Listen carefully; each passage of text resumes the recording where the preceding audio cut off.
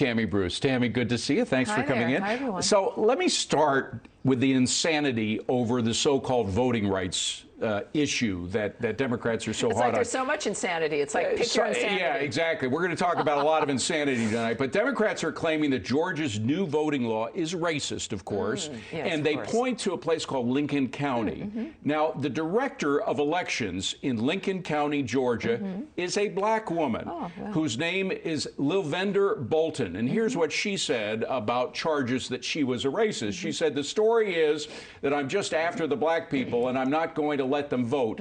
It's crazy. What do you think of that? Could it get more crazy than that? It is crazy, and this is the problem with the Democrats and the left in general, is that they've got a narrative, and they've got to make it fit. No matter what size the blocks are, that square peg is going to, damn it, it's going to go in there, no matter what. That's a great analogy. They didn't even bother to check. They don't even know. Right. They think this is just what you say, and this is also an insult, of course, to the voters, regardless of our complexion, is that whatever it is, we're just a bunch of sheeple, and we're going to take what they say, and that's what they're going to get. What the American people want, especially in today's environment, are policy solutions. Yes. What the future is going to look like, what the economy is going to be, what's going on with COVID. And when yes, they don't have to pay so much at the grocery store. Yes. Little important things like that. Elections are about, as we have found out, if you're not told the truth, if there's questions. Stacey Abrams, also in Georgia, still pretty much hasn't admitted that her election was legitimate. So you have all these leaders saying none of this is real or legitimate.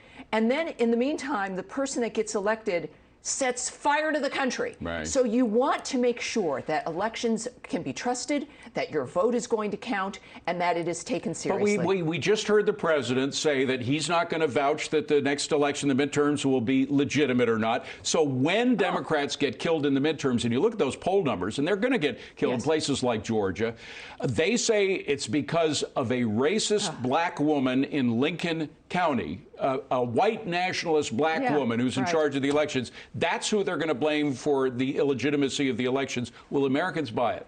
Well, they won't, but it still creates an instability.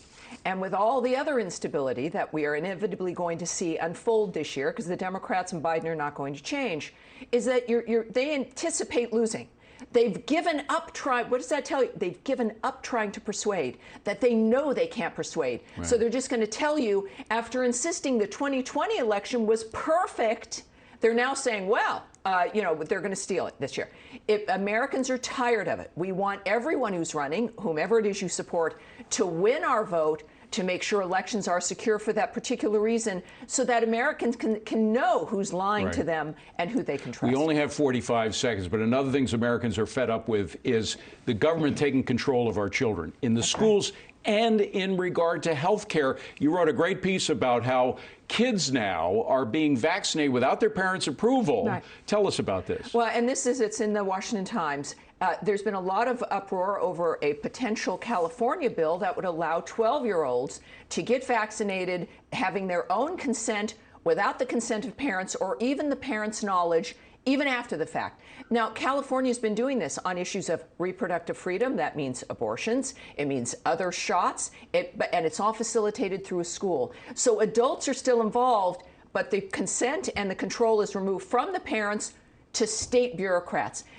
Philadelphia, consent starting at 11. Washington, D.C., starting at 11. The vaccines aren't even allowed for you under the age of 12 yet. But I just urge parents, look up, see what's going on in your school, the school boards, the legislation. A lot of people might not know that this is the case already in California and in many other states and cities in the country. Well, Virginia changed hands because of this issue, because of the issue of parents taking back control, the control that they should have for their own children from the government. The parents have been radicalized, thank goodness. Tammy Bruce, great to see you. Thank you very much. Sir.